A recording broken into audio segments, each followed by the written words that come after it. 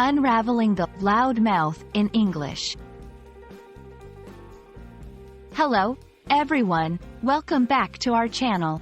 Today, we're going to explore a very interesting English phrase that you might have heard quite often: loudmouth. This term has a colorful meaning and is used in everyday English. Stay with us as we break down what it means, how to use it, and give you some examples to help you understand it fully. Let's dive right into the meaning of loudmouth. It is a compound noun made up of loud, which means having a high volume, and mouth, which often refers to the act of speaking. But when combined, do they mean someone speaking loudly? Not exactly. A loudmouth is a person who talks a lot, especially in an offensive or tactless way. They often speak without considering the consequences or the appropriateness of their words.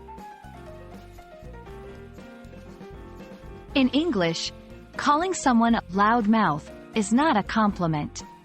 It suggests that the person is noisy and talkative in a rude or obnoxious way. It's a colloquial phrase, so you'll hear it more in casual conversation than in formal writing.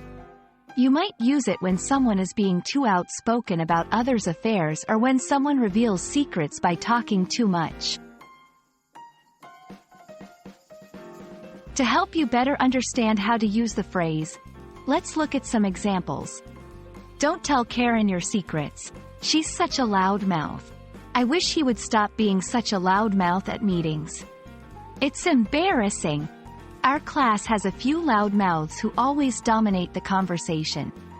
In these examples, the phrase loudmouth is used to describe someone who is either gossiping, speaking inappropriately, or being disruptive by talking too much. What if you encounter a loud mouth? Here are some phrases you could use. Could we keep our voices down, please? Let's discuss this privately instead. I'm concerned about the privacy of our conversation. These responses are polite ways to deal with a loud mouth without being rude. I hope this video has given you a clear understanding of the phrase loudmouth and how to use it. Remember, while it's colorful and descriptive, it's not the kindest way to describe someone, so use it with caution.